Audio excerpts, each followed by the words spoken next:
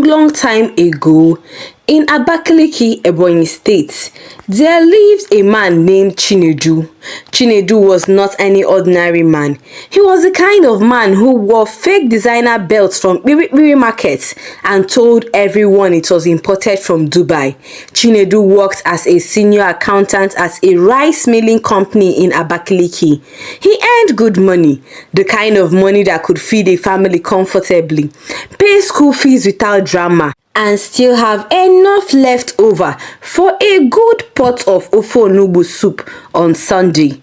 He was married to Ngozi, a beautiful woman from Afikpo, who stood by him when he was just a struggling accountant eating gari with granuts for dinner. Together they had 3 children, Kamsi, Adeze, and little Obinna.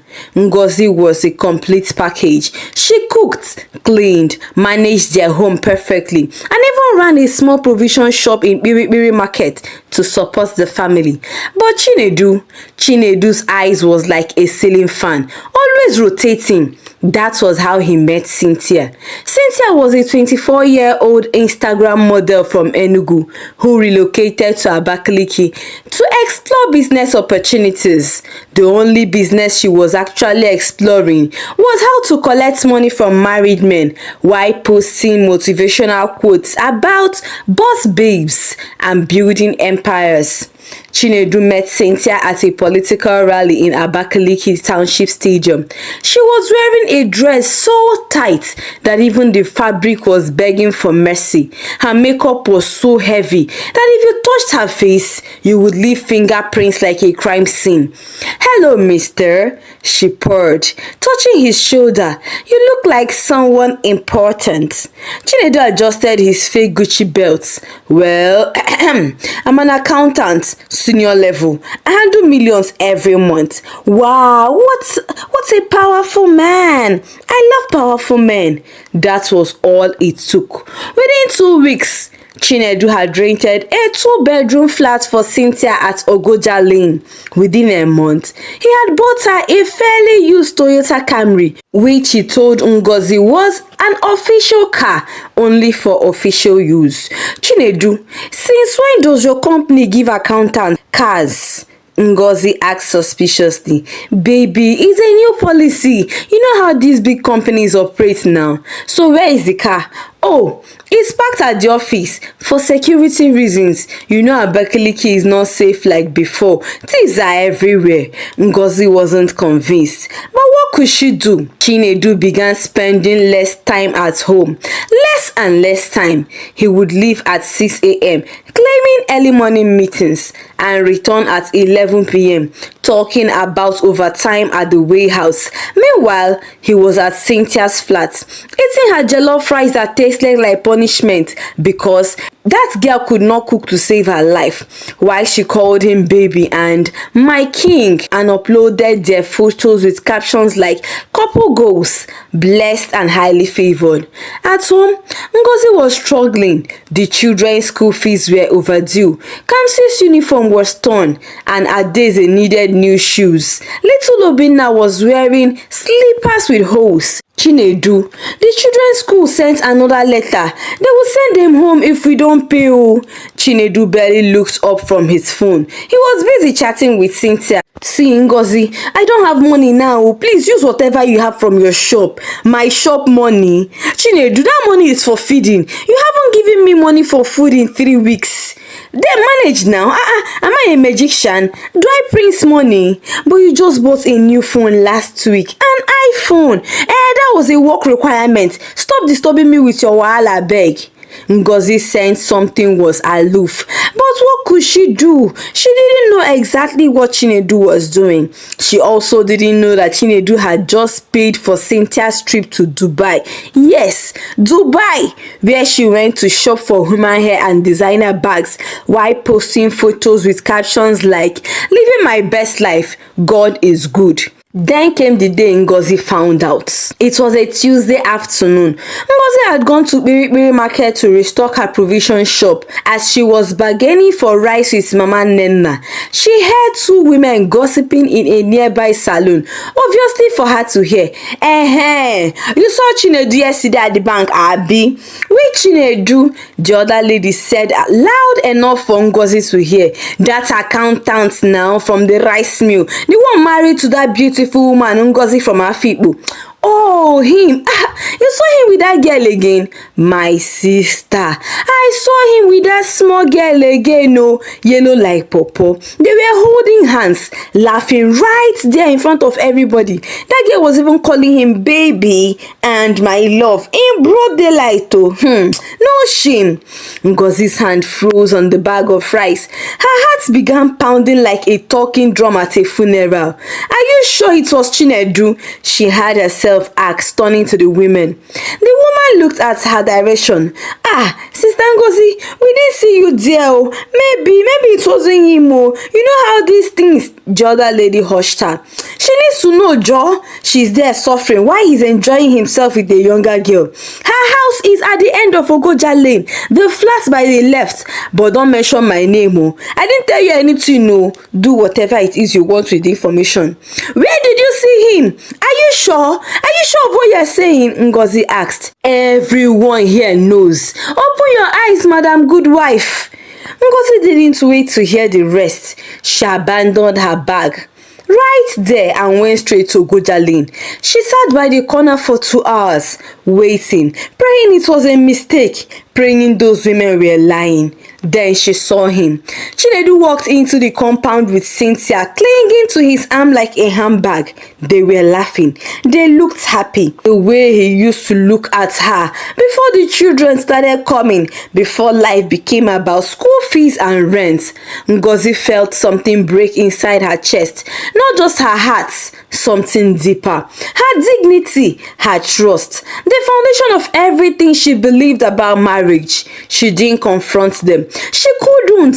Her legs couldn't move. She just stood there, watching her husband live a whole different life with another woman, while she was at home managing 3 children with money from selling Maggi cubes and peak milk.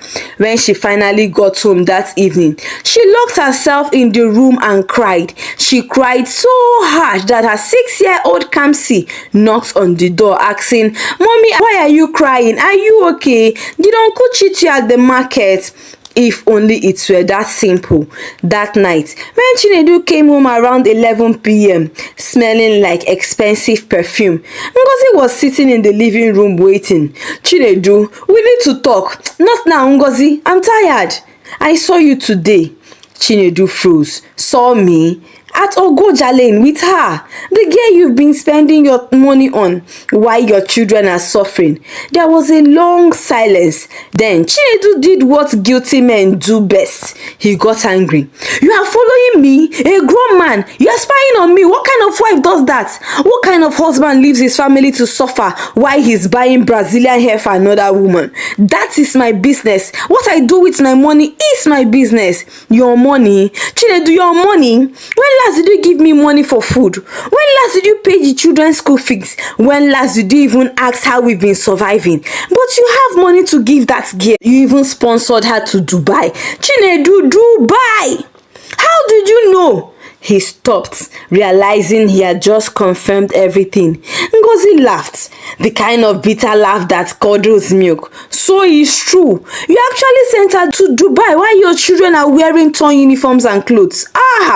Ngozi, you don't understand. Cynthia makes me feel alive. She appreciates me. She doesn't nag me every day about money. Because she's not raising your children, you goats. She's not the one buying food. She's not paying school fees or watching Obinna cry because he's hungry.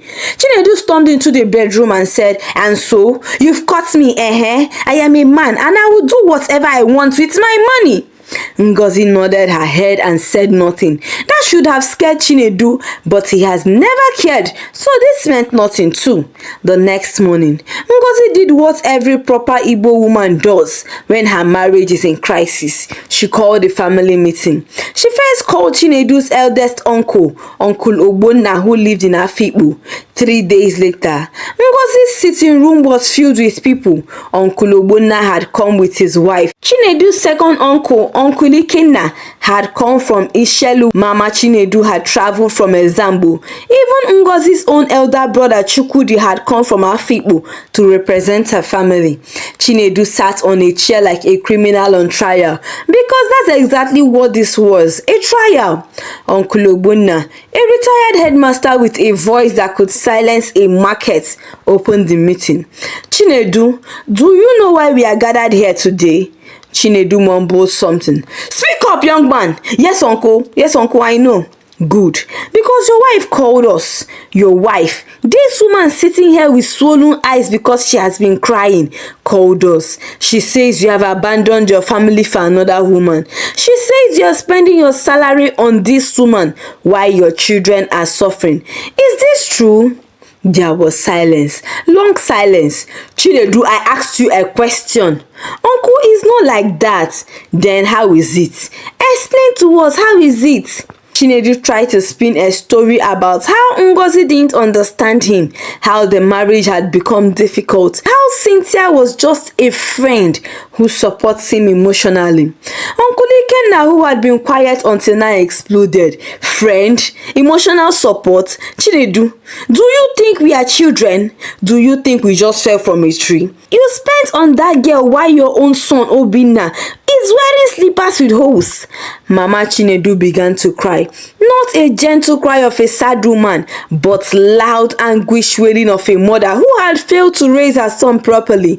What did I do wrong, God? What did I do? I trained this boy. I suffered for this boy. I sold my wrapper to pay his fees. And this is how you repay me? By disgracing your wife and abandoning your children. Did I abandon you? Ngozi's brother Chukwudi spoke up. Chinedu, let me tell you something. My sister Ngozi left her father's house to come and build a home with you. When you had nothing, I mean nothing, she stood by you. She drank garri and groundnut without complaint. She washed your one trouser by hand. She believed in you. And now that God has blessed you with a good job, this is how you treat her. Listen, if she decides to come back now, she is welcomed in our family. Chukwudi, please, I'm not finished. You see this girl you are running after? You see this girl? She's only with you because of your money. The day your money finishes, she will disappear faster than rain in dry season. But my sister, she's the one you will stand with when you are in trouble. And Chinedu, trouble definitely it will come. Mark my words, trouble will come. Uncle Ogbonna cleared his throat. Chinedu, we are giving you two options. Option 1. You end this nonsense with this girl immediately. You apologize to your wife. You bring all the money you have and plan together with your wife how to pay the children's school fees, move the family forward, and become a responsible husband and father again. And option 2, Chinedu asked foolishly. Option 2, we support Ngozi to take the children and leave you. When she goes, you will see the value of what you lost. By then, it will be too late. Chinedu looks around the room. All eyes were on him, filled with disappointment, anger, and disgust. He adjusted his belt, still fake Gucci of course, and said the words that sealed his fate. Uncle, with all due respect, I am a grown man, and I will do what I want with my life. If Ngozi cannot cope, she can live with her kids. Oh, I have found happiness with Cynthia, and nobody will stop me from being happy. The room erupted. Mama Chinedu screamed. Uncle Ogbonna's wife held him back from charging at Chinedu. Ngozi just sat there, tears streaming down her face, silent. Chinedu walked out of his own house. Uncle Ogbonna turned to Ngozi. My daughter, I'm sorry. We tried, but a stubborn fly always follows the corpse to the grave. Let him go. We will support you and the children. Whatever you need, call us. But that boy, he pointed at the door Chinedu had just walked through. He is no longer our concern. He has chosen his path. And that was how Chinedu officially burned every bridge with his family. Chinedu was gone, mentally checked out, fully invested in his delusions, completely delulu. Things got worse. Chinedu moved out of the house completely. He packed his bag on Saturday morning and announced, "Ngozi, I'm leaving. I found my soulmate Cynthia. She is the woman I was meant to be with. You can keep the house and the children. I will send money when I can." "When you can?" Ngozi laughed. "Chinedu, go. Go, enjoy your soulmate. But mark my words, what goes around comes around." Chinedu moves in fully with Cynthia. He spoiled her rotten. New phones every 3 months. Expensive wigs from Lagos. Trips to Enugu for shopping. Dinners at the fanciest restaurant in Abakaliki. He even bought her a plot of land at Onweke, telling her, "Baby, I'm building our future." Meanwhile, his children were eating garri with sugar for dinner. Chinedu's salary that used to sustain a family of 5 was now being sucked dry by one woman with expensive taste and zero conscience. Then Kama came knocking. A year later, Chinedu collapsed at work, just fell flat on the floor at the warehouse like a sack of rice. His colleagues rushed him to the Federal Teaching Hospital Abakaliki. The diagnosis: typhoid fever, malaria and high blood pressure. The doctor said he had been stressed, malnourished, or Cynthia's cooking was truly that bad, and had ignored his health for too long. He needs to be admitted for at least 2 weeks. The doctor told Cynthia someone needs to stay with him, buy his medications and prepare his meals. Cynthia's face fell faster than Nigerian economy. Stay with him? Yeah, in this hospital. Doctor, I have business meeting at Enugu for tomorrow. My skin, ew, I can't stay here. Madam, your husband is seriously ill. He's not doctor, let me make a call first. Cynthia stepped outside immediately and called Ngozi. "Hello, Mrs. Ngozi, it's Cynthia. Your husband is in the hospital, Federal Teaching Hospital. He collapsed. They said he needs someone to stay with him." There was silence for a while. Then Ngozi's voice came through, calm, clear and colder than ice block from Iri market. "And why are you calling me?" Because he's your husband." "No, my dear, he was my husband. The day he chose you, he stopped being my husband. You are his soulmate, remember? His queen, the one who understands him. So please, understand him in that hospital bed. Cook for him, buy his medication, clean his body when he can't do it himself. After all, you enjoyed his money, didn't you? You went to Dubai, you got designer bags, you ate at expensive restaurants. Why my children were eating garri and sugar? So please, you take care of him. I'm busy, but I don't know how to take care of a sick person." "Then learn. Google it. Ask YouTube. I'm sure there is a tutorial, maybe titled 'How to Take Care of the Married Man You Snatched.' Goodbye."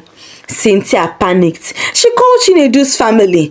Mama Chinedu answered first. "Hello, good afternoon, Mama. It's Cynthia. Your son is in the hospital. I heard, and he needs someone to take care of him, my dear. And you know the one he left his wife and children for? The one he was calling his queen. Then be a queen and take care of your king now. When he was spending his salary on you, buying you all those Brazilian hair and taking you to Mr. Biggs, did you ask what his children were eating? No. You chopped the money finish. Now he is sick. You want to run. No, my daughter. You will stay there. Squeeze agidi for him to eat. You will wash his bedpan, clean his vomit, because that's what real wives do. And you wanted to be the wife, Abi? Congratulations, my daughter. Please wife him very well, oh." Cynthia had tried calling Chinedu's brothers. Same response. His elder brother Emeka told her, "Cynthia, my brother chose you over his family, so you are his family now. Whatever happens to him is your responsibility. When man chop belle full, now ain't go pour jam now. Shebi you chop the money, now pour jam well. Cynthia stood in that hospital corridor, staring at her phone. Her designer bag suddenly felt heavy. She went back to Chinedu's bedside. He was weak, sweating, looking miserable. "Baby," he whispered, "did you call Ngozi?" "Yes." "What did she say?" "She said I should take care of you." Chinedu's face crumbled. "Where is my family? They said the same thing, no."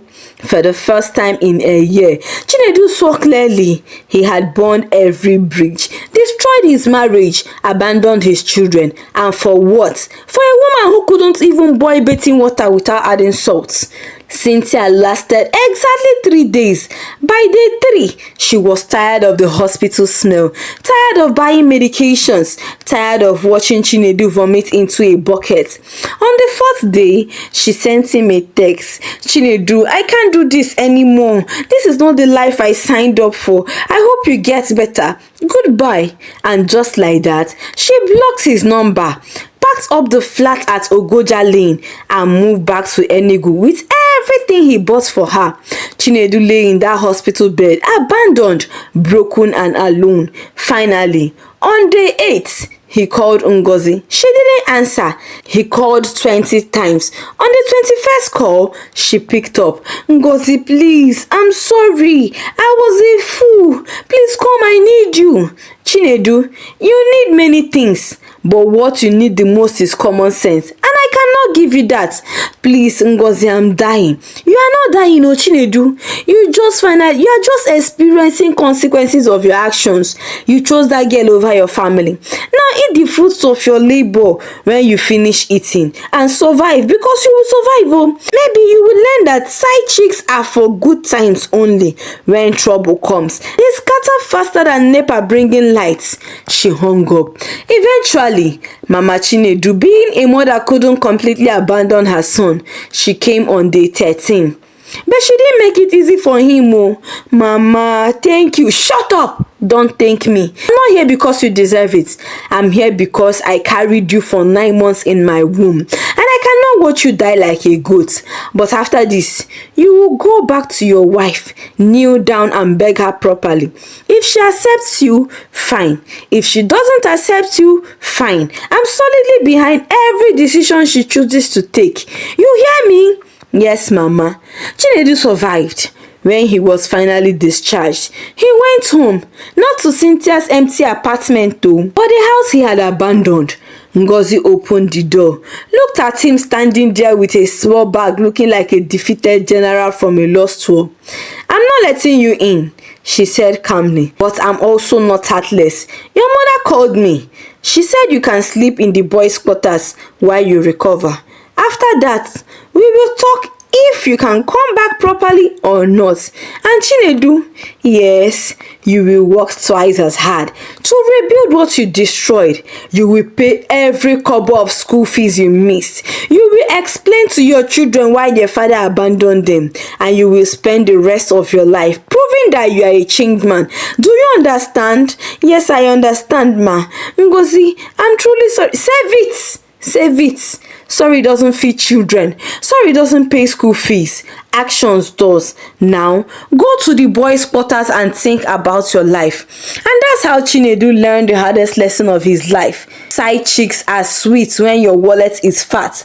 But when trouble comes, when sickness comes, when life hits you in the face like a biri market fight, the only person standing there will be the one you should have valued all along. The moral of this story: when a man is enjoying champagne with his side chick, he forgets that one day he might need Panadol, and the pharmacy doesn't accept love poems as payment. What do you think? Did Ngozi do the right thing by refusing to help immediately? Should she take him back at all? Amen. Have you ever seen a side chick turn into a full-time nurse when things got tough? Share your thoughts in the comment section. Share this story to save one man from making Chinedu's mistake. Remember, the woman who suffers with you deserves to enjoy with you. The one who only enjoys with you will disappear when suffering comes. Subscribe to this channel if you haven't done so by now. Till I bring you another interesting African story, God bless you.